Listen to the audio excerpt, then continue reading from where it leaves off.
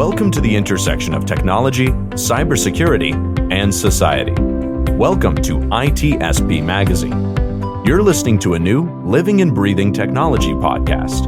You're about to join Amina Aggarwal as she captures and shares unedited stories of tech professionals as they reflect on the past, foresee the future, and discuss what they would like to change for a better tomorrow. Knowledge is power, now more than ever.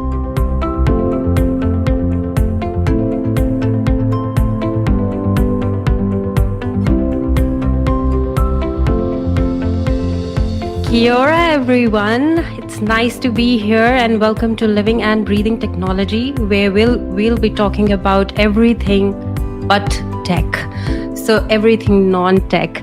And with me today, I have mom of little girl Germs, who will be introducing herself and will be talking about her journey into cybersecurity and how she fell in love about talking to people in tech talks, in conferences, and her love for tech. She's also known as the security witch. She wears different hats. But yes, let's hear from Jess Dodson. And I'm so excited to have her on this show. So let's hear from you, Jess. Tell me about yourself and where do you come from? Where do you live right now? Thank you so much for having me. So yes, as Amina said, my name is Jess Dodson. I am security witched. I'm also known online quite prolifically as Girl Germs, hence the reason I am the mum to little Girl Germs. I am based in Brisbane, Queensland, Australia. Born, raised, lived, never moved, done a lot of traveling, but my family is all here. So staying here and staying sort of close to the family circle is really important to me. Oh, that's amazing. And every time I speak to you, I think about Brisbane and all its temperatures. When it's hot, it's hot. When it's cold, it's very cold. Is that true? Oh, yeah. I woke up this morning to my phone telling me that it was a lovely 3.1 degrees, which I was very impressed with, hence the reason I stayed in bed for an extra hour or so. So, yes, very, very chilly today. Our houses are built much more for keeping cool in than keeping hot in. Oh, that's amazing. And I can see so many things behind you, which is the Lego sets and your love for Lego, but we'll talk about it in some time. But before that, I am quite influenced by you and how you, talk with so much confidence and you shower so much of inspiration around you. So while growing up, who was the one who could influence you or the role model for you while growing up? So for me, it was probably my dad. So my dad was, and he's going to hate me using this term, but he was a systems analyst or systems engineer. And so we've always had computers. Like I can't remember a time in my entire nearly 40 years of life where we haven't had a computer in our house, dating all the way back to the early 80s. So tech has always been around me. I've always been supported and encouraged to play with tech. So probably my dad, which is very corny, but I'm sure he'll appreciate it. Yes, and I do remember myself struggling to work on the computer. Back in those days, we had just the black screen with those DOS prompt and working with those, and that if there was some adware or some pop-up windows, we would take out wires from our computers. So that's how I learned about computers. And it was virus was not much known about back in those days. And we have more exposure to that now. But yeah, it's great to know. And growing up, my mother was the person whom I looked up to. But yes, because she was the one amongst the men around her who would climb the tanks, oil tankers, and could inspect the oil levels and things like that. And I could see her like just one woman around men, and that's how I got inspired that I can also grow into cybersecurity. Doesn't matter that it's filled with men or women or any other folks, but we should be there. We should be welcome there. So Definitely. tell us a little bit about your first paid job. Like, what was it? So I did not start off in tech. Like pretty much all teenagers, I was a hospo person. So I started off at my local McDonald's, being a burger flipper and a counter person. I was probably there for about 5-ish years or so. So that was during high school and sort of just as I finished high school as well. Nice. No, that's great. That you were. So that was your first paid job, right? Yes, that was my very first cash being given to me that I could then spend. That wasn't from parents, and my first introduction to a workplace. So working around colleagues, having a manager, timesheeting, all that kind of stuff. So and I think it's a really good way for people to get introduced. Like I think for kids starting off in hospitality, like let's be honest, when it comes to dealing with customers, you're never going to find a better place to start because you're always going to have awful customers when you work in hospitality. So if you can stick it out in hospitality, you can stick it out anywhere. Anywhere, yes, that's true. And when I talk about being a banker, that I was a banker around 10 years ago, I can't imagine working with customers and the cash and all of opening accounts and doing sales and all of that. So you kind of look back and go, how did I do that? That's true. So how did you fell into technology? Like, how did you transition in tech?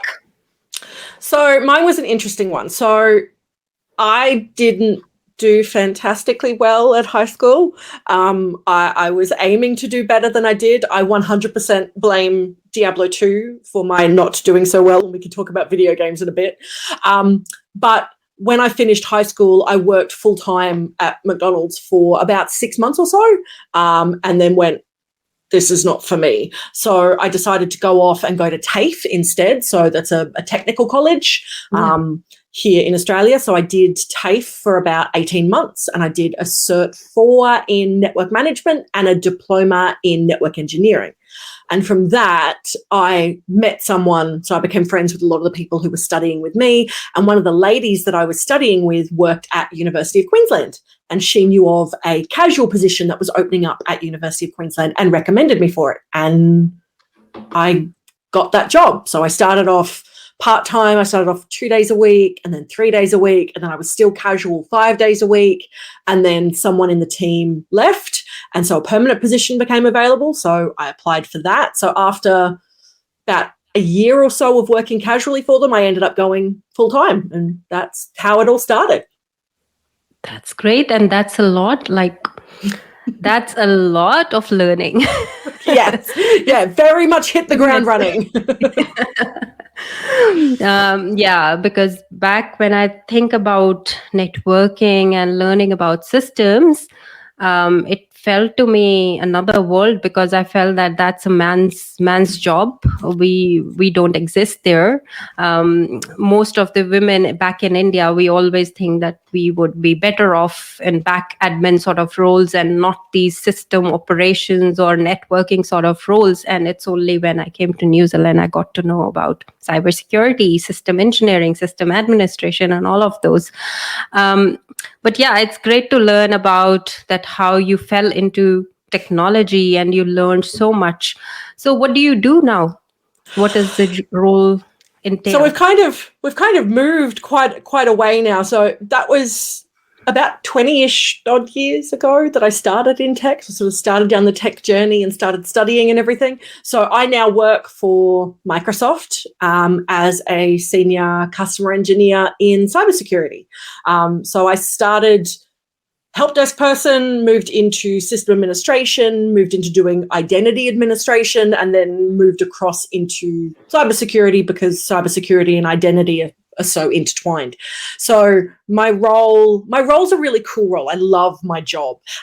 So I help organizations and their staff. So SecOps people, sysadmins, operations staff, help desk, service delivery, developers even, understand their security a bit better, understand security as a whole better, and help them implement Microsoft security products. So I do a lot of work with things like Microsoft Sentinel and Azure AD and things like that. So that's my job in a nutshell. That's great. And what do you don't do, Jess, with Microsoft? And that's probably one of the biggest things. So like when you come into an organization, you're like, I work for Microsoft. They're like, I want to ask you about this thing. And you're like, I have absolutely no idea. So I am very, very deep in certain things and know nothing about everything else. So yes, if you're having problems with Exchange Online, I'm really sorry. Definitely not my area of expertise. Yes, no, Microsoft is a big company, lots of different products, lots of different services. So every time you have something new coming up, that's definitely there. So while you were transitioning from, into tech, from your non-tech role to into tech, into Microsoft and then are there any challenges that you faced while transitioning, and what sort of challenges were they? Lots. So probably the biggest issue I had, so when I first started, I was quite young. So I was 19 when I first started working in tech. And I think the biggest issue that I faced was being taken seriously. So particularly people who were much older than me or had been working in tech for longer than me, I felt especially as a young woman, that I wasn't taken seriously, that my advice or my recommendations weren't listened to, that I had to run them through somebody else, or I had to justify everything. I almost had to prove myself constantly. Now that I've been doing this for quite a while, I don't think it's that much of an issue. Also, the fact that I'm a fair bit older now, I think it kind of helps a little bit. But it makes me worry a little bit for the younger women who are coming in. I think it is getting better, but I know that being taken seriously and having to prove your worth consistently and having to almost prove that you know your stuff, Yes. versus the guys that you're working with who don't seem to face that same pushback consistently. Yeah, no, we are always have to, prove our self-worth as compared to our male counterparts. They are God gifted, as people say. Yeah. Tech means men and non-tech means women, and so we need to prove ourselves. So what is some of the few things that you could do in order to be a woman, in order to become a smart ass while working in tech and as a woman? So for me, I think a lot of it is backing yourself. So not backing down. I'm stubborn. I'm a horrible, stubborn, opinionated person, and I won't back down from a fight. So if I'm like, no, I know what I'm saying here, I 100% believe that what I am saying is right, I'm not going to give up without a fight. The other thing as well, I think, is having a really supportive team and a supportive management. Like if you've got a team who are consistently backing you up or are pointing to you and going, no, don't come to me, don't ask me these questions. You've already spoken to Jess or you've already spoken to Amina.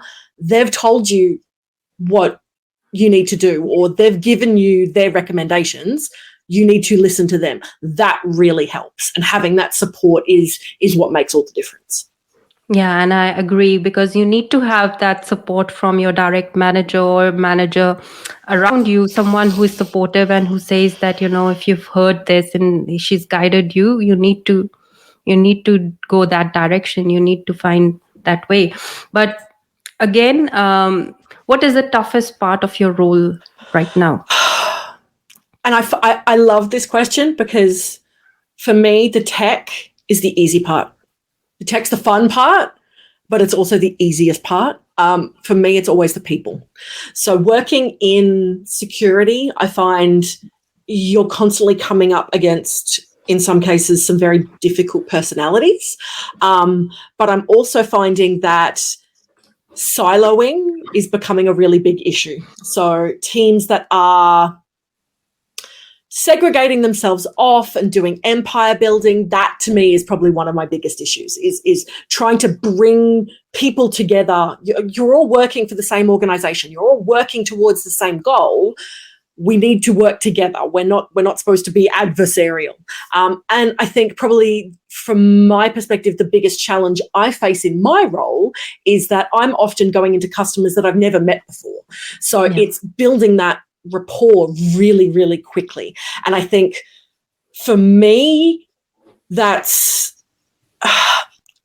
I can do that quite quickly usually. I think when you come in, particularly as someone from Microsoft, they're like, "Oh, it's a Microsoft person. It's the an SME, and we need to listen." I'm not that kind of person. I don't like to be the smartest person in the room, and I know that particularly when I'm going into an organization, the people I'm dealing with know so much about the organization they're working in. So I want to learn from them as well. So I often find that humanizing myself in a way of, I make mistakes, I don't know everything, saying I don't know, or saying that their ideas are going to be just as, if not more beneficial than mine, I think that really, really helps. And also humor. I always find that throwing humor in there helps as well. No, that's completely right. And, I always go by this, that, in tech jobs, speaking non-tech language is so important. Having that human element wherein you are speaking that human language, that normal language, makes it easy to make connections at the workplace as well as with your customers, because when you're not using those different terms, technical terms, and listening to the customers more, you solve more problems, because you give an opportunity where you are actively listening to their problems instead of providing the solutions that you think you can, but their problems could be different. So absolutely. Yeah. And every organization is different. And that's, I think, the biggest thing that I've learned in my role. There is no one size fits all. Like, we have best practice and we have guides and all of that kind of stuff, but there isn't a one size fits all. It very much depends on the organization, the size, their security posture, their risk appetite, as to what they want to do and what they want to implement. So if you're not listening and engaging the people you're working with and understanding the organization and the non-tech side, you're going to miss so much of it. Yeah, no, that's right. And just coming back to some of the points that you just said about women not taken so seriously in their jobs. If there is a problem or there is an issue and you need to get your work done in your team, what is the best approach? How do you get the team to support that idea?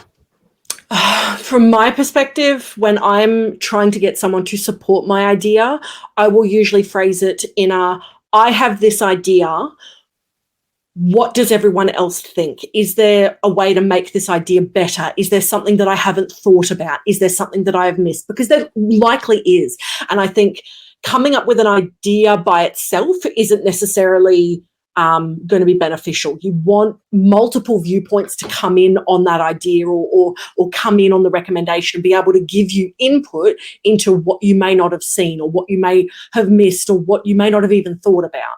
And when I'm with a customer, that's how I tend to work with my customers as well. Like, it's not a one-way street of me saying you should do this. It's, I've noticed this in your organization. This is what I think we should do. Is that going to be an issue? Is there a political blocker? Is there a technology blocker? Is there something that I haven't thought of that would prevent you from doing that? So it's definitely not a one-way street. It's a two-way conversation. That's true. And I always thought that, when you have a different idea and you want to get the buy-in from everyone, you need to come to a common conclusion, but that's not right. You don't need to come to a common conclusion. You can have your own viewpoint on it and how you put in the facts and the figures in place in order to get that buy-in correctly, rather than just get to the, common grounds, as you say. Definitely. Yeah. So I think the big one there as well is you can agree to disagree. I am very much an agree to disagree kind of person. There are many, many cases where I'm like, if that's the way you want to go, that's fine. That's your decision. I disagree with you, but that's my position. That's right. Very well said. That's right. And lots of talks about tech, lots of talk about teams and how should we work with teams. But then, what do you do outside of tech? What do you enjoy doing? Lots of things. When I can find see the time. that in your background. When I can find the time. So I am an avid gamer. So I play way too many video games, probably too many video games. So I'm a Blizzard tragic. So I've been playing World of Warcraft on and off now we're coming up to 17 years. Actually, no, we passed 17 years in May. That's really sad to say that out loud. And I play a lot of Diablo. As I mentioned, Diablo 2 is 100% the reason that I bombed in high school, because I was playing that way too much. So I'm eagerly looking forward to Diablo 4 coming out. I'm also recently, and this is a new thing that's just come into my life, I've become a VR addict. So I got myself a virtual reality headset, and I've been playing VR games pretty much all week this week until like 1 or 2 in the morning, which I'm not sure is great for my sleep pattern. So at the moment, my big ones are rhythm games. So things like Beat Saber and Synth Riders are the two that I've been playing a lot of, because back in my early gaming days, I was a Guitar Hero addict. So it's very, very similar, just with a lot more movement, and you sweat a lot more. I read a lot, so a lot of sci-fi and fantasy, and that's the same with like my TV and movie choices. So I'm a Marvel tragic as well. So I watch all the TV shows, watch all the movies as soon as they come out. And as you can see, obviously, I am an adult fan of Lego. Lots of Lego. If I can spend money on Lego, I will. What's the most expensive Lego that you got, or the most precious one that you've got? See, now that's a really hard question. So I have a couple. So I have my most expensive set is my UCS Millennium Falcon, which is massive. It is literally the size of a table. That will be beaten, hopefully, later this year by a UCS AT-AT from Star Wars, which I'm hoping to purchase later this year. My favorite set would probably be the Lego piano.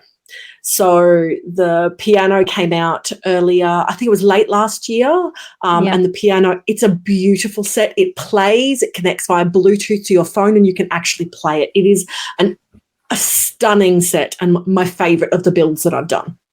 Oh, wow. I would love to see that. And it's on Instagram. So anyone who'd like to see Jess Legoland, they can go on Instagram and search for all the Lego beauties. Way too much.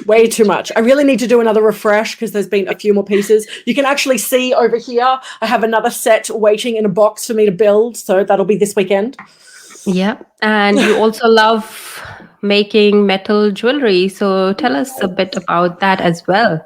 So a friend of mine on Twitter, I have so many friends that I found through Twitter. Never let anyone tell you that internet friends aren't true friends. So most of my best friends I've got from Twitter.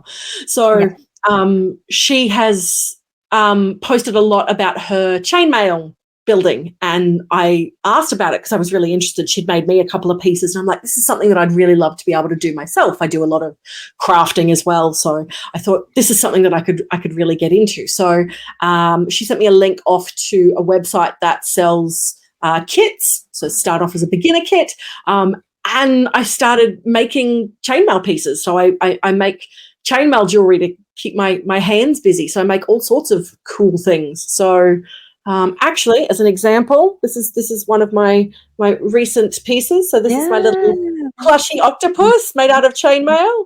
So she's a cutie. She sits on my desk. Yes, and I loved all your pieces, by the way. And I wanted to know, where did you get all those pieces from? So, a website here in Australia called Aussie Mail is responsible for all of the kits that I had purchased and that I make. So I buy not just the kits, so you can buy the kits, you can buy the plans as well. I buy then the extra pieces to be able to make them. So that's where I get all of my stuff from. It's a great site. They do end of year. I get very excited. They do an advent calendar, a kit advent calendar, a little bit expensive, but it means that you get to build a new chainmail piece every day during December leading up to Christmas. Favorite time of the year. It's amazing. Wow. You should share it with everyone if you would. I will. I would love to have a look at those, and my daughter would love to make some chain pieces like that as well. So much fun. Yeah, it is for sure. So tell me a little bit about Girl Gems. How did you find out this word, Girl Gems? And I know when we spoke, you said it's not Girl Gems, it's Girl Gems. I said, who would pick this?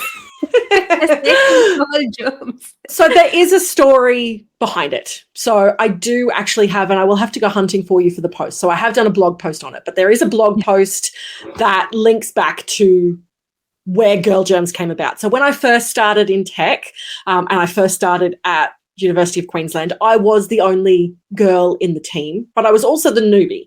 And so the team that I was in, they wanted me to have some access to be able to do things inside their Active Directory environment, but they didn't want to give me too much that I could cause problems or do damage.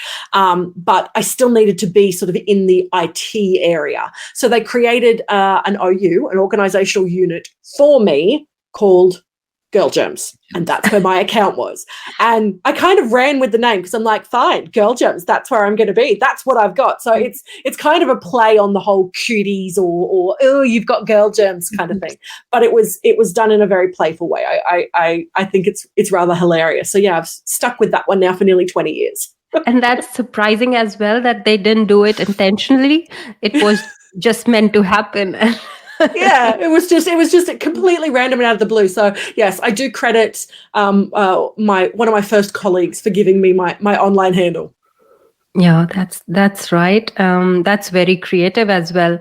And I know that you do a lot of other things as well, like talking at webinars, conferences, blogs, and so many creative hobbies that you have. How do you juggle between all of these different things? Organizational skills. So got to be pretty organized. I find that being a mum helps. Like when you're a mum, you tend to be relatively organized. You have to be. I also find that my OCD, my properly officially diagnosed OCD as well, by the way, it's not just a joke or a flippant remark, but my OCD does help.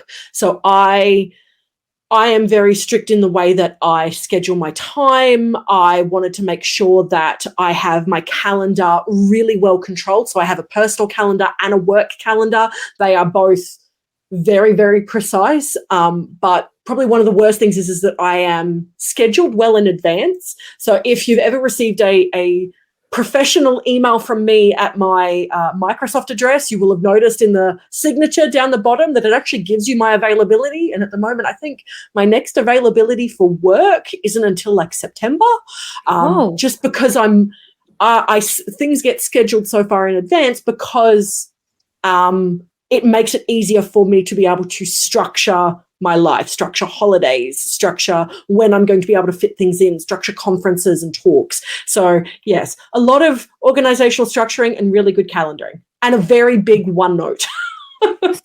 Super managed, superwoman, yes. Super managed, well organized, not only at work, but also at home with her calendar. Oh, yes. Home calendar, husband gets invited to things, so he knows when stuff's happening. There's a to-do list that everyone's in the family's part of. If I didn't have that, I'd go insane. I have to try and keep it in here. I can't do that. Well, yes, you are on demand always at work and at home for sure, with all of those creative activities that I can see with your little Girl Gems as well. So I can see that coming. Oh yes. So let's talk about your communication. So when you're delivering your talks? How do you prepare for your talks? Do you practice?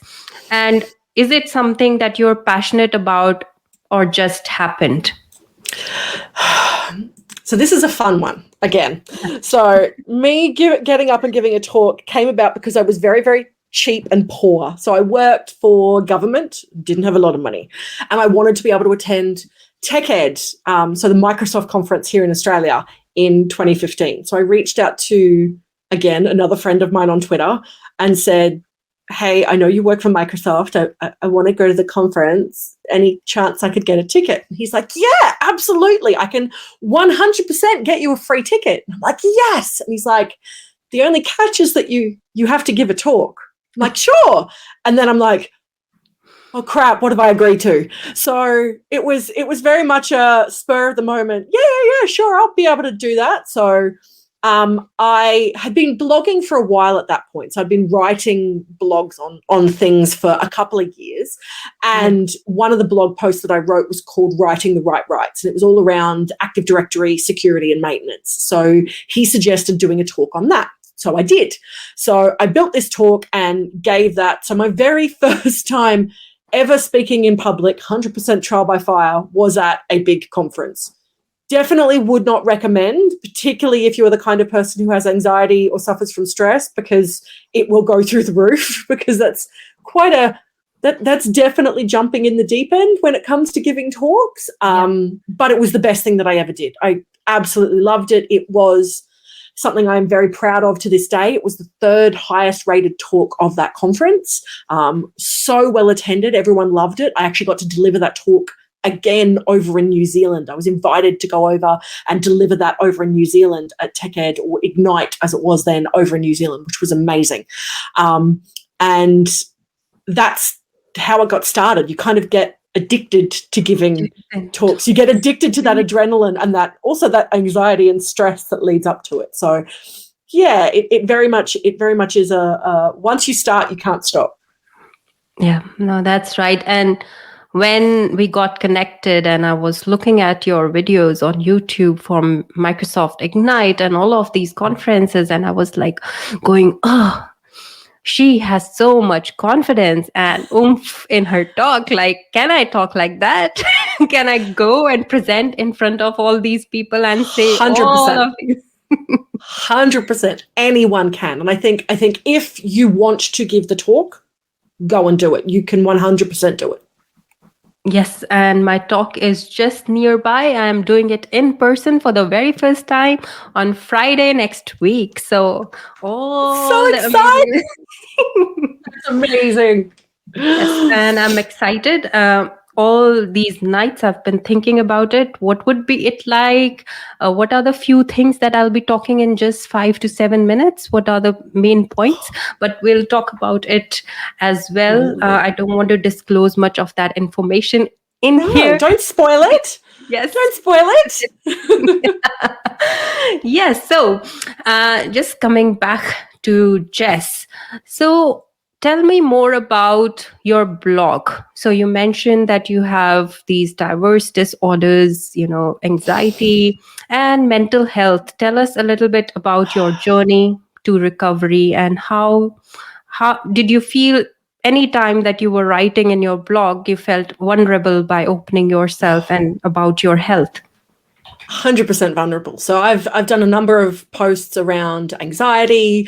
I've done a post about my postnatal depression after I had my daughter, and a post about being diagnosed with rheumatoid arthritis. So recovery is an interesting one. I don't think with any of my current illnesses you really recover. You kind of live with them and learn to live with them and learn to manage them. So I think for my mental health, I think I've always suffered from mental health issues from when I was a teenager. It just wasn't something that I was formally diagnosed with until I literally had like a proper semi-midlife crisis. I hit 30 and the world fell apart. So I've got a post about that and becoming diagnosed with anxiety and panic disorder and OCD that all came apart when I turned 30, and I did feel very vulnerable writing those posts, but at the same time, one of the issues that I had is that I didn't think people were speaking about it enough. I didn't think people were putting their hands up and going, hey, I function in society. I can hold a job. I can have a family. But by the way, I also have this as well. And I think it's something that is really important. And then when I had my daughter and I was diagnosed with postnatal depression, I think that's something as well. It's one of those shameful things that not a lot of people talk about, that's seen as, you've just had a baby, you should be happy. Why aren't you happy? And I think getting that out in the open and saying, look, it's not your fault. This is your brain. It is the chemicals in your brain. And if you were sick with something else, if you were sick with appendicitis, or if you were sick with a viral condition, you would take something for it in order to make yourself feel better. And the same goes with mental health. So I am more than happy to admit that I take medication for my anxiety and my depression. I can't really call it postnatal depression anymore. She's 4. We're well out of the PND phase now. COVID certainly did make things worse for my mental health. So my medication dose did actually get upped during COVID, just because the stress and anxiety did become quite bad. So because I suffer from rheumatoid arthritis, I take other medications that leave me immunosuppressed.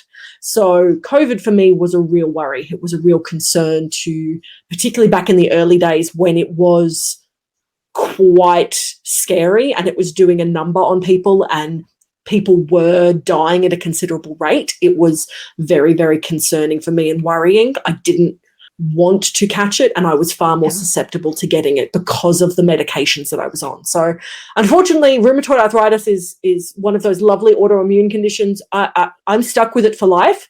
Thank you, Dad. It's his genes that very kindly passed that one on to me. It is hereditary. It runs in our family. And so it's taken a good 4 to 5 years to find a good medication path. So at the moment, I want to say it's remission, but it's not really. I continually have to take medication, but I don't suffer from what's known as flares. So flares are what we call an incident that affects one of my joints. So rheumatoid arthritis, and the version that I have is called asymmetrical rheumatoid arthritis, and it affects different joints in my body at random times, usually for a period of about 24 to 72 hours, and that joint is pretty much unusable. In someone who's got symmetrical rheumatoid arthritis, it usually affects the major joints, so things like ankles, knees, shoulders, elbows, wrists. In me, because mine's asymmetrical, it can affect any joint it wants to. So probably the worst one that I've ever had was one side of my jaw. So it affected the joint in my jaw to the point that I couldn't open my mouth. So I had to do everything through a straw, and I couldn't talk for about 3 days. So my medication prevents that, which is great. I like not being in pain. It's really good.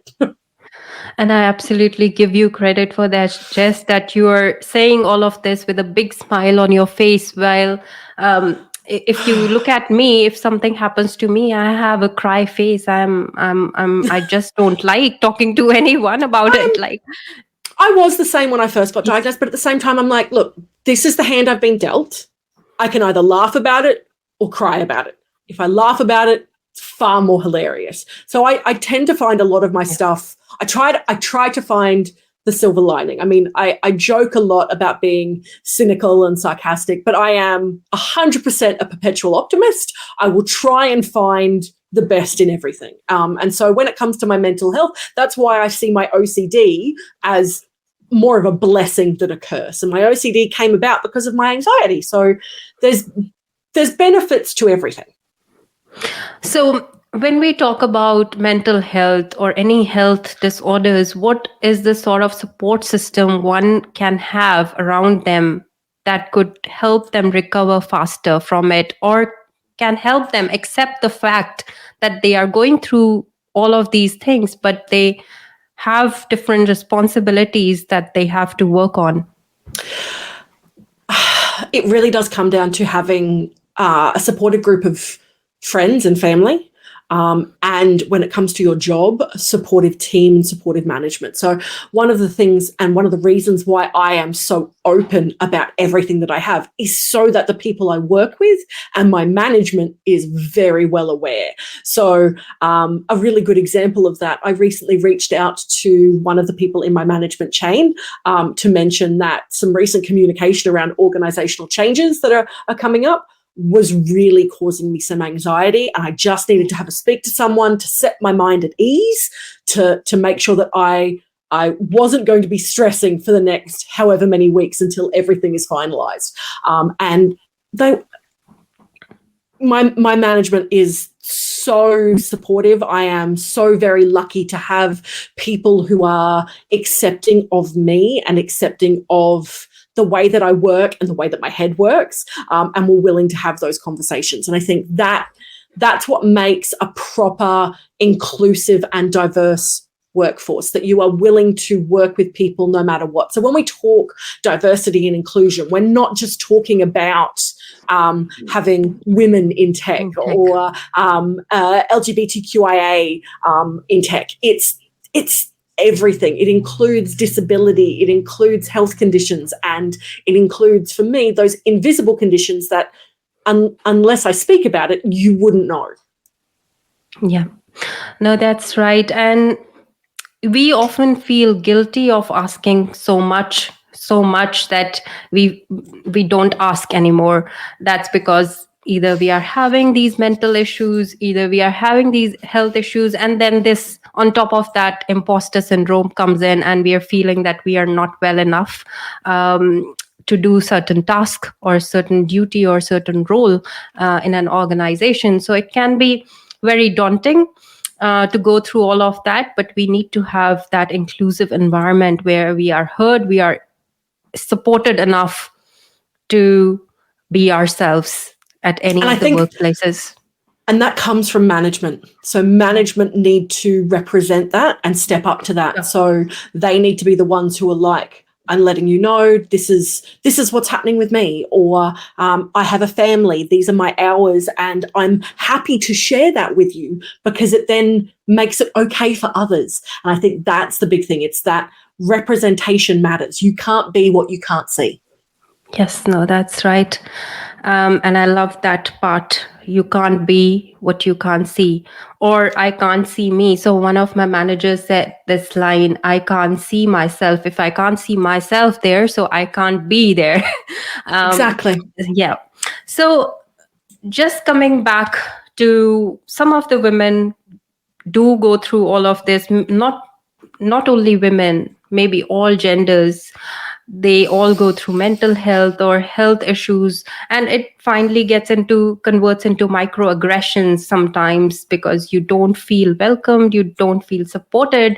And I loved your talk on one of these topics called 1,000 paper cuts. So tell us a little bit more about it. And for anyone who doesn't know, I'll put the link inside, but tell us a little bit about 1,000 paper cuts. So 1,000 paper cuts was a hashtag that I put out, would have been in middle of 2018, I think. And it was something that I noticed in some of the work that I was doing, that I was noticing it's just little things, like little small things that might just be seen as a slight or might even be brushed aside as a joke. So things like constantly being asked to take the notes in a meeting, or consistently being asked to be the social organizer for the team, or being confused as being the secretary. So as a woman in tech, I found these small things, like they seem small, but over time they really add up, which is how I came up with the 1,000 paper cuts. It's these really small little microaggressions and slights that over time wear you down and cause you to bleed out because you are just so done and so tired. And often they're not even small. So I put out a tweet in 2018 asking for women in IT to share their anecdotes of what it is like to be a woman in this industry. And particularly to highlight to the men in the industry what behaviour we experience, because they seem to think that sexist behaviour was the exception and not the rule, and that women weren't all experiencing this or weren't having to deal with this regularly. And I'm like, that isn't the case. Every single woman in tech has had to deal with this at some point. And when I put that out, I didn't expect it to go as viral as it did, but the number of responses that I got back were absolutely mind-blowing, and some of the stories I got back were horrifying. So they did range from those really small ones about note-taking and being the secretary, all the way up to rape and sexual assault. So it was a very broad range of topics covered from women in the industry. And so as part of that, I wanted to give a talk on it and showcase not only what women are experiencing, so men could see it, men could understand that this is something that we experience, that it's not a one-off, that when we say that something isn't just a joke or that something makes us uncomfortable, there is a reason that we are saying that. It's not just because we're precious or we're snowflakes. It's that this is yet one more slight against us that's just piling onto a whole range of things that we've had to experience in our careers within tech. And then on top of that, because I'm not one to just whinge and moan about stuff, I wanted to say, if this is what we're experiencing, how do we then fix it? What do we need to do to change that? Yeah. That's true. And, we often, when we get started into any of the industries, people say this, that, you got this job just because you are this, just because you are that, just because, I had that with coming into Microsoft. Someone that I previously worked with in my last role said that the only reason that I got this role is because I am a woman. And as much as you know your stuff, as much as you know that that's not the case, those comments, they're the little black voice in the back of your head, the black cloud that sits there that says no. Yeah. We're going to rain on your parade, and we're going to dampen your enjoyment. And I hate the fact that those kind of things can still affect us. That even though we know that we are better than that, and that we weren't brought into a position because of that, or we weren't given an opportunity to speak because of our gender or because of our diversity in other areas, that it still bites at us. It still eats at us. That's true. And it's hard to actually fix it, Jess. We can talk about it for so long. We can say different things. We can talk about it in the conferences. But what do you think can we actually do instead of being reactive? How can we proactively fix these things? Okay, so I came up with a whole range of different things, and that was from research that's been done, and I've already started helping put some of it in place in my current workplace. So a couple of the things, number one is starting young. So talking even my daughter's age, she's 4. So not using gendered things of to be talking about doctors as he, you're talking about engineers as he, talking about nurses and teachers as she, because that gendered language is what embeds itself into the psyche of our kids and makes them think doctors are always referred to as he. I can't be a doctor because they are he, if it's a girl. Same with nurses, teachers. A teacher doesn't have to be a woman. A teacher can be a man, and it's the same thing. And I find even in kids my daughter's age, it's really prevalent in a lot of the things that they are exposed to. So trying to help change that. Women supporting one another. I am a huge proponent of women supporting one another. So previously it's very much been this stamping down. There can be only one woman, and so if there can only be one, then it's going to be me. So I'm going to backstab the other women, or I'm going to say nasty things or prevent them from doing what they need to do in order to achieve the same level as me. No. we are much stronger together, and we need to help one another when it comes to getting more women into the industry. So I think supporting other women, finding opportunities for other women, lifting other women up with you, giving them opportunities if it's something that doesn't interest you, so that others can be brought in and be lifted up. So it's not just all about you. That's so true. And I love that one. yeah, and that's so true. Finding your own tribe and advocating for as many people as you can around you. Be supportive, be humble, be kind. We need everyone to be together and support each other instead of dragging everyone down with their leg and same thing. So we need everyone to support each other, actually. Not only women supporting women, but allies, women, people from different backgrounds. We need all of you to support each other. We need you. We need all the different voices. Yes, that's true. And I think that's probably one of the big ones is around that recognizing your own privilege, because and I realize that it comes off as very sort of lefty and woke, and I know that that's used in very sort of derogatory terms, but I am very aware of the privilege that I hold at the moment. I am white. I am very middle class. I come from a very privileged background of being in a Western country. So while being a woman might be seen as being a minority in my area, everything else is for me. So if there are things that I can do to help others who aren't as fortunate as me, it is my duty to do that. It is my responsibility to help them and lift them up and give them as much of an advantage as I can to help bring them in. Because again, it's those diverse voices that we need in order to make things better. That's true. Absolutely true.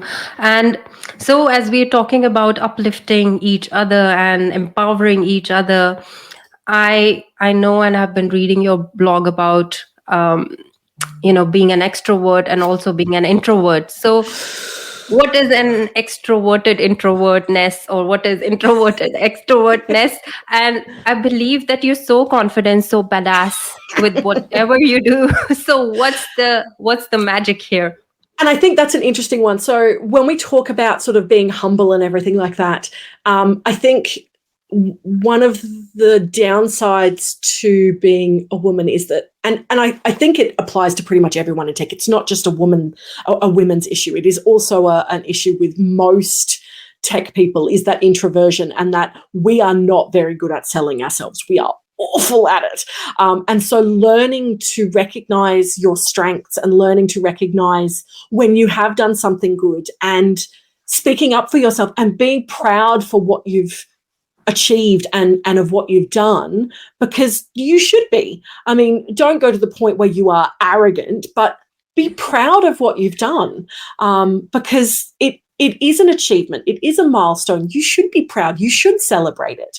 So, and on the flip side to that, give credit to people that you know have done amazing work. There is nothing more uplifting than being able to say to someone, hey, I saw you did this. That was amazing. You did so well. It means so much coming from your peers. And so I think that kind of helps bring out that extrovert in a lot of us introverts. I consider myself to be an ambivert. So I kind of sit in the middle. So I can be extroverted when I need to be, but I need recharge time. I love your term. If I go to a conference, so I went to AusCert back in May. So I was at AusCert from Wednesday through to Friday. I needed a whole weekend of not speaking to people. I just needed to be by myself. Not even, I even made my family leave me alone. I just needed alone time to recharge. And there is nothing wrong with that at all. And I think particularly for those of us who are kind of more in that middle ground, that recharge time is really important. Yes. And I can't say enough that how much is it required for us. And I've been feeling this burnout for so long last year that I had to recharge. I had to take time off and just close out on all of the things, my phone, my emails, my everything. So that's good.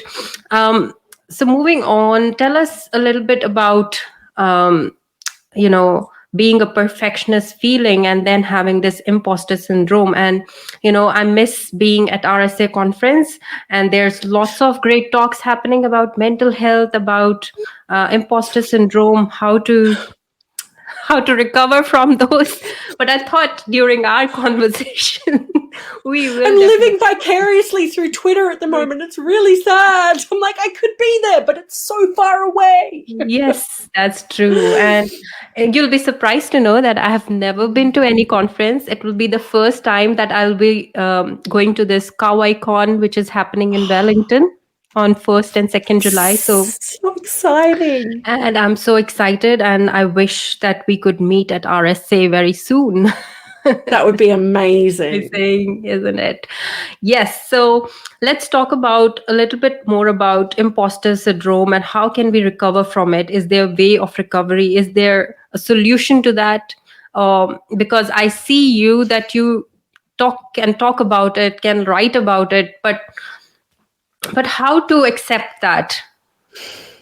It's a hard one. So you will never escape imposter syndrome, ever. It will be with you forever and ever and ever. I'm very sorry to say. I think it's the little voice that sits inside your head that's like, you are not good enough. You don't know your stuff. And particularly when you are in a room surrounded by people who are smarter than you, you will always feel like you are not the smartest in the room. Yep. And I think there are pros and cons to this. I think you need to understand your strengths. You need to understand that, yes, you do know your stuff. You wouldn't be here if you didn't. You wouldn't have this role, or you wouldn't be doing this job if you didn't know how to do that job or be in that role. But I also think that questioning ourselves and constantly striving to find people who are smarter than ourselves to learn from can be really beneficial, because it means that we are perpetually learning. We're never stagnating. We're always thinking about what it is that we don't know. And there is always something that we don't know. And I think when we talk about imposter syndrome, it's that peak of you know nothing, then you know a little bit, but you think you know everything, and then you understand just how little you actually know about that particular topic. And I think that's learning more and more as you go along, just how much you don't know is a really good thing, because it means that there is always something new to learn. So play to your strengths, but always continue to learn. That's so true. And I was thinking about it, that what are the few things that can help us to get out of this imposter syndrome, but there is nothing that can help us. There's no medicine that can help us from getting rid of imposter syndrome. And as you mentioned, we need to just focus on some of our strengths, and there's always a scope of improvement. Just keep at it. Just keep on improving. Just keep on learning. I think I hate the phrase, because I know that it can be very detrimental, particularly with people who don't know what they're doing. But the fake it till you make it can be really good advice, because it is. Even if you don't feel confident, faking that confidence will help you build that confidence more. And like, that's how I went into giving my first talk. I was not confident in the slightest. I did not feel like I was going to be confident in giving that at all. But I'm like, I can fake this. I can do it. I'm sure I can. And went off and did it. And it's that pushing yourself a little bit, which is why I think that fake it till you make it when it comes with imposter syndrome can work really, really well. Well said. And I was about to ask you, because public speaking is my passion. And when I get some speakers who are really keynote speakers, or speakers like you, who just give a talk like, I always ask them that what's the one advice that you'd like to share for anyone like me who is starting out public speaking? The two things that I would say, number one would be start small. I don't recommend jumping in the deep end. I mean, you can if you want to. That's 100% up to you if you want to do it that way. I found that was very, very stressful, and I felt like it was very much a make it or break it kind of moment. Like if that didn't go well, I was never going to speak again. Whereas with smaller groups, presenting in front of colleagues or presenting to user groups, it's a bit different. So you can still continue to practice and get better. And I think that's the other one, is that practice. So making sure that you are practicing your talk. So when I am looking at giving a talk, a piece of advice that I was given is however long the talk is, multiply that by 10, and that is the prep time you need for that talk. So if you have a 30-minute talk, you need to be giving at least 5 hours of prep time into creating that talk. That includes the practice, that includes creating the presentation, that includes getting it vetted by others. So making sure you're doing that. And probably my other really big one is authenticity. So for me, I can't present on a topic unless I'm really passionate about it, which sucks a little bit because it makes it very hard for me to present someone else's content. But unless I am passionate about it, I can't fake that passion. I struggle really, really hard. So that authenticity is really key. So whatever makes you make that shine in your presentation. So all of my presentations, I bring humor, I bring sarcasm. I will 100% swear in every presentation that I give because I am awful and profane, and everyone knows that. So there will always be at least one swear word of some kind in my presentations. Mine are always littered with memes because that's just how I roll. So find something that works for you and bring your authenticity and your passion to your presentations. And go back to basics. Yes. Watch my Back to Basics security talk. That is my favorite talk. My favorite too. All your talks are my favorite talks, and I'm hoping that I can build upon that. I can do as much as you've done. A little bit, just a little bit near you would be enough for me. You will. And as I've said, like as I've been talking about it in this conversation with you, lift others up. So if you need help, you just need to ask. That's true. It was so nice speaking to you, Jess, and thanks for all your tips. Thanks for all your suggestions and advice and sharing your journey with us.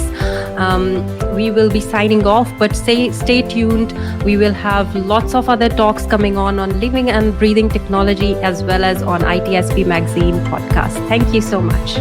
Thank you. It was lovely. We hope you enjoyed this episode of Living and Breathing Technology Podcast with Amina Aggarwal. If you learned something new and this podcast made you think, then share itspmagazine.com with your friends, family, and colleagues. If you represent a company and wish to associate your brand with our conversations, sponsor one or more of our podcast channels. We hope you will come back for more stories and follow us on our journey. You can always find us at the intersection of technology, cybersecurity, and society.